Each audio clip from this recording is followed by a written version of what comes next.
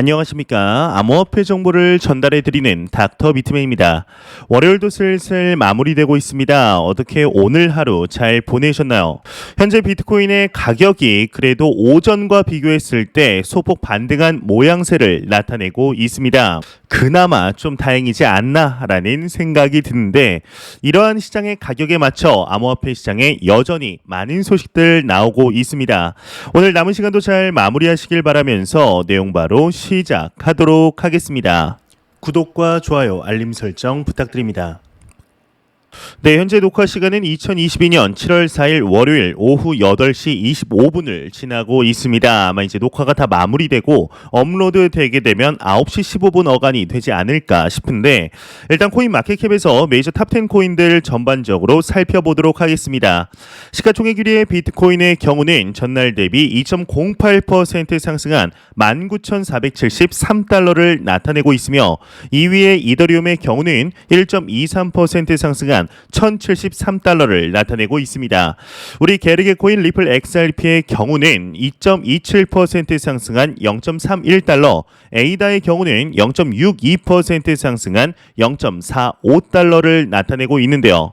비트코인의 도미넌스는 42.3%, 이더리움의 도미넌스는 14.8%를 나타내면서 지난주 대비해서는 도미넌스가 소폭 낮아졌지만 그래도 여전히 강력한 시장 지배력을 나타내고 있는 상태이죠.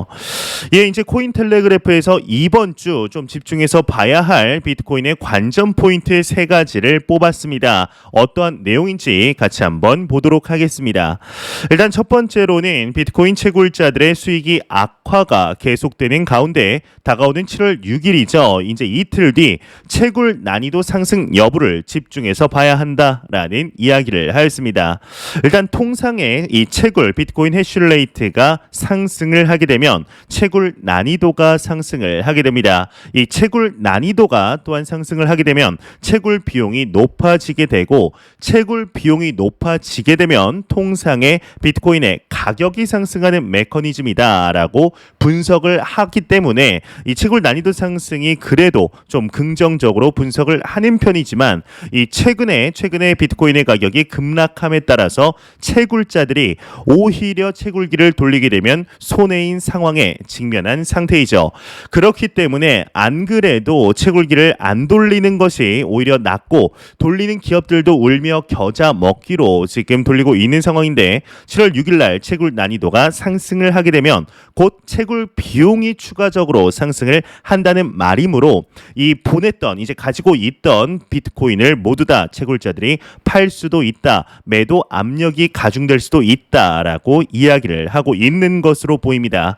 예, 두 번째로는 손실 상태의 비트코인 수량이 2020년 7월 이후 역대 최대치를 나타내고 있다라는 이야기를 하고 있는데요. 네, 여기 차트를 보게 되면은 2020년 7월이 요쯤입니다. 이제 비트코인의 가격이 9,000달러 정도부터 시작을 해서 이제 막 10,000달러를 돌파했던 시점인데, 비트코인의 본격적인 상승이 이제 시작이 되었던 달이라고 볼 수가 있겠죠. 하지만 본격적으로 시작이 되었던 달이었기 때문에 여전히 2017년, 2018년 때 물렸던 비트코인의 손실 주소수 또한 높을 수밖에 없는 상황이었습니다. 이때와 지금의 비트코인 최대 손실 주소수가 비슷하다라는 것은 그만큼 암호화폐 시장이 겨울에 접어들었다, 좋지 않은 상황이다라는 것을 이야기하고 있는 것이죠. 네, 세 번째로는 증시와 동조화된 비트코인이 매크로 영향으로부터 벗어나는지 여부를 집중해야 된다라는 이야기를 하고 있는데요. 여기서 말하는 매크로의 경우는 글로벌 경제 상황들에 비트코인이 계속해서 영향을 받을 것인지 안 받을 것인지를 지켜봐야 한다라고 이야기를 하고 있는 것이죠. 이에 대해서 여러분들은 어떻게 생각을 하시나요? 이에 대해서는 이제 의견이 많이 갈리는 상태인데요. 개인적으로는 중단기 적으로 매크로 영향으로부터 암호화폐 시장이 벗어나기는 조금 힘들지 않을까 하는 생각이 듭니다. 일단은 미 증시와 디커플링이 이루어지기 위해서는 암호화폐 시장만의 명확한 규제 프레임워크가 정해져야 되는 것이 선행이 되어야 한다라고 생각을 하고 있는데, 한두 달 안에는 힘들겠지만 금융의 중심이라고 불리는 미국이 암호화폐 시장을 어떻게 바라보는지를 한번 보게 되면 세세한 디테일은 정하지 못하더라도 적어도 이번 연도 안에 큰 틀에서 암호화폐 시장만의 규제 프레임워크를 정할 것으로 이렇게 기대가 되고 있습니다. 그렇기 때문에 한 내년 이제 상반기 정도에는 주식과의 디커플링을 충분히 기대할 수 있을 것으로 보이는데, 추가적으로 내년 상반기 정도에는 지금 미 연준이 지금 지속하고 있는 금리 인상 기조가 오히려 반대인 금리 인하 기조로 바뀔 가능성이 농후하다라는 이야기들이 전문가들 사이에서 나오고 있는 상태이죠. 이번 연도 안에는 확실한 방향성이 나오게 되지 않을까 하는 생각이 드네요. 이러한 소식과 더불어서 지지부진한 암호화폐 시장의 가격 상황 속에 단기 가격 방향성에 관한 분석들 지속적으로 나오고 있습니다.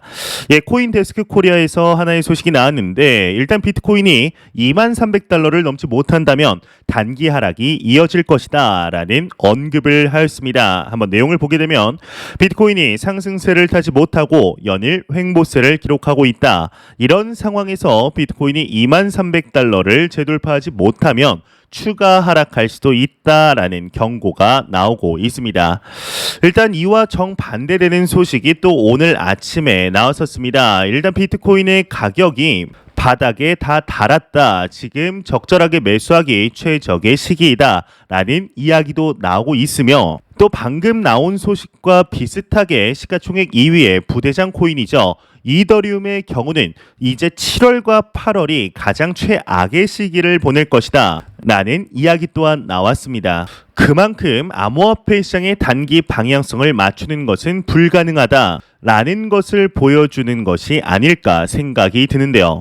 이제는 하락할 만큼 하지 않았을까? 좀 상승해도 될 것 같은데, 이제는 상승세를 타서 투자자분들의 마음을 위로할 수 있는 장이 오기를 진심으로 바라보겠습니다. 이러한 소식과 더불어서 3년 전, 4년 전과 비교를 하였을 때 이 암호화폐 시장에 대한 대규모 인식의 변화가 이루어진 것이 사실입니다. 하지만 최근 루나 사태를 시작으로 3에로 캐피탈이라든가 셀시우스라든가 바벨 파이낸스, 리도 파이낸스, 그리고 대규모 디파이 프로젝트들의 러그풀 사건까지 암호화폐 시장의 신뢰도가 바닥을 치는 소식들 연이어서 나오게 되었는데요. 이러한 시장 상황 속에 긍정적으로 바라보는 인물들보다는 다소 부정적으로 바라보는 인물들이 많은 것이 사실이었습니다. 이에 대표적인 인물이 지금 나오고 있는 화면을 통해 보고 계시는 이 인물인데요. 바로 유로퍼시픽 캐피탈의 CEO이자 창업자 피터 시프입니다. 이 피터 시프의 경우는 얼마 전까지도 지금 가격의 비트코인을 사는 사람들은 자신이 호구임을 알게 될 것이다 라는 이야기를 하며 다소 공격적인 언행까지 일삼았던 인물인데, 예, 오늘 새로운 소식이 나왔습니다. 그렇게 비트코인을 반대하고 비판이라기보다는 비난에 가까운 언급을 했던 인물이 오히려 비트코인의 필요성을 반증하게 되었다고 하는데요. 이게 어떤 내용인지 일단 한번 내용을 보도록 하겠습니다. 일단 헤드라인이 피터 시프 소유 푸에르토리코 은행이 일방적인 폐쇄를 했다. 이것은 즉 비트코인의 필요성을 반증한 것이다 라는 이야기를 하였습니다. 일단 이게 어떤 내용인지 내용 한번 보도록 하겠습니다. 일단 코인텔레그래프가 비트코인 회의론자 피터 시프가 푸에르토리코에서 운영 중인 소형 은행이 최근 현지 규제 당국에 의해 일방적으로 폐쇄되었다. 이후 고객들은 해당 은행에 보유하고 있던 계좌에 대한 접근 권한을 상실했다. 이는 비트코인의 전통 금융의 문제점을 해결할 수 있는 솔루션이 될 수 있다는 점을 아이러니하게 부각시켰다라고 이렇게 보도를 하고 있습니다. 이 기사를 쓴 기자분 또한 이 비트코인 회의론자이죠. 피터 시프가 암호화폐 시장을 얼마나 이제 안 좋게 바라보았는지 충분히 알고 있었기 때문에 이렇게 이야기를 한 것이 아닐까 싶은데요. 일단 내용 조금 더 보도록 하겠습니다. 앞서 피터 시프는 자신의 트위터를 통해 은행이 범죄에 연루된 것도 아닌데 푸에르토리코 규제 당국은 내 은행을 폐쇄하기로 결정했다. 최소 준비금 요건을 만족하지 못한 것이 원인으로 지목이 되었으며 당국은 적격 투자자의 자본 투입을 허용하지 않았다. 또 그들은 이러한 결정을 내리기 전 어떠한 사전 공지도 전달하지 않았다. 작은 은행을 운영하려면 돈이 많이 든다. 반대로 은행을 운영하며 한 푼도 벌지 못했다. 규정 준수를 위한 비용이 터무니없이 높다. 결과적으로 은행 내 계좌들이 동결되었으며 고객들은 돈을 잃을 수도 있다. 이렇게 이야기를 했다고 합니다. 예, 암호화폐 커뮤니티에서는 피터 시프는 비트코인 가격이 17.5달러일 때부터 비트코인 회의론자로 이름을 알렸다면서 이제는 왜 전통금융의 대안으로 비트코인이 필요한지 이해할 것이다 라고 이야기를 했다고 하네요. 중앙정부에 의해서 그리고 중앙 시스템에 의해서 통제가 되는 금융 시스템이 얼마나 큰 허점을 나타내고 있는지를 피터 시프는 이번 사건을 통해 충분히 알게 되는 것이 아닐까 싶은데요.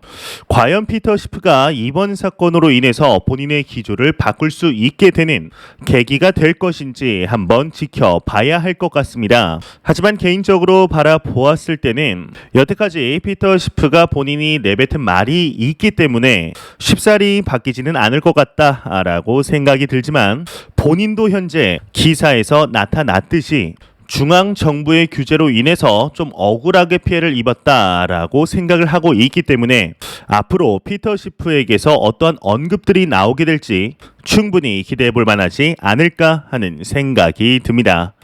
이러한 소식과 더불어서 최근 암호화폐 시장이 몇 달간 지지부진한 모습을 보였기 때문에 특히나 암호화폐 거래소들이 최근 타격을 입고 있는 모습들 심심치 않게 확인을 할 수가 있죠. 이에 일부 거래소들의 경우는 직원들을 감축시키는 모습을 보여주고 있지만 조금 더 심하게 타격을 입은 거래소들의 경우는 출금을 정지시키는 지경까지 이르렀는데요.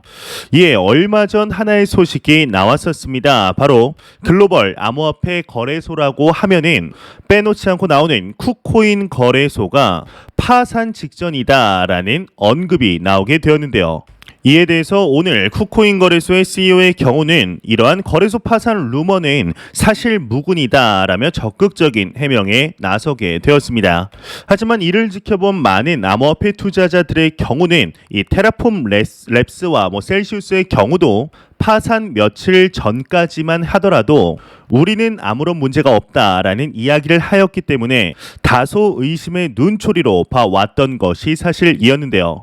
이에 오늘 추가적인 하나의 소식이 더 나왔습니다. 일단 내용을 보게 되면 이렇게 적혀 있죠. 이제 14개의 쿠코인 월렛이 하룻밤새 암호화폐 보유량이 18억 달러에서 1천만 달러로 급감을 했다라는 이야기가 나왔습니다. 18억 달러라고 한다면 하나로 바꾸었을 때 약 2조 원이 넘는 금액인데 2조 원이 넘게 있었던 쿠코인 월렛이 1천만 달러 현재 환율로 약 130억 원으로 줄었다라는 것인데요. 뭐 이게 10분의 1 수준도 아니고 100분의 1 수준으로 줄어들었다라고 볼 수가 있는 것이죠. 일단 내용을 보게 되면 쿠코인 월렛으로 라벨링된 14개의 월렛의 암호화폐 보유량이 하루 만에 18억 달러에서 1000만 달러로 급감을 했다라고 이제 유투데이가 자칭 온체인 탐정 트윗을 이용해 전했다고 합니다.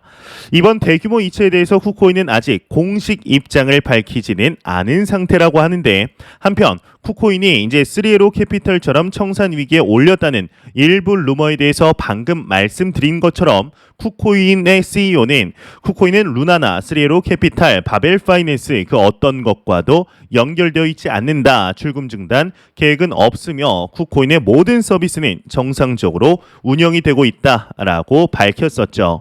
현재 시기가 시기인 만큼 이에 대해서 쿠코인 측에서 명확한 입장 표명이 필요할 것으로 보입니다. 이게 1년 전에 이러한 일들이 벌어지게 되면 뭐 기사화되지도 않았습니다. 그냥 그러려니 했겠는데 최근 이제 시기가 시기인 만큼 그리고 이제 쿠코인 월렛에 있는 자산들이 모두 본인들의 자산이 아니겠죠. 고객들의 자산이 포함이 되어 있는 만큼 이게 왜 갑자기 거의 100분의 1 수준으로 급감을 한 것인지 명확하게 이야기를 해야 될 때가 아닐까 싶은데요. 안 그래도 얼마 전에 이제 코인플렉스라는 거래소에서 출금을 정지한 사건이 있었기 때문에 안 그래도 안 좋은 암호화폐 시장의 현 시장 상황 속에 더 이상은 부정적인 이야기가 안 나오길 진심으로 바래 보도록 하겠습니다. 라고 말씀을 드렸지만 참 안타깝게도 한 가지 또 부정적인 소식 하나가 있습니다. 바로 싱가포르의 암호화폐 대출 플랫폼인 볼드가 거래에 대해서 입출금을 일시 중단을 한 것인데요. 일단 내용을 한번 보도록 하겠습니다. 최근 입출금을 중단한 거래소들 그리고 블록체인 기업들, 암호화폐 기업들이 좀 많은 것 같은데 일단 더 블록에 따르면 싱가포르의 기반을 둔 암호화폐 대출 플랫폼 볼드가 거래와 입출금을 일시 중단하기로 했다고 합니다. 다르샨 바티자 볼드 CEO는 블로그를 통해서 불안정한 시장과 비즈니스 파트너의 재정적인 어려움 등을 포함한 복잡한 요인으로 인해 어려움을 겪고 있다. 테라 USD 붕괴 이후 최근 2개월간 고객 출금 금액이 1억 9,770만 달러에 달했다며 이에 따라 볼드 플랫폼에서 모든 거래 입출금을 일시 중단하기로 했다라고 밝혔습니다. 참 이러한 소식들을 이제 계속 접하게 되면 테라폼 랩스가 미워질 수밖에는 없는 것 같습니다.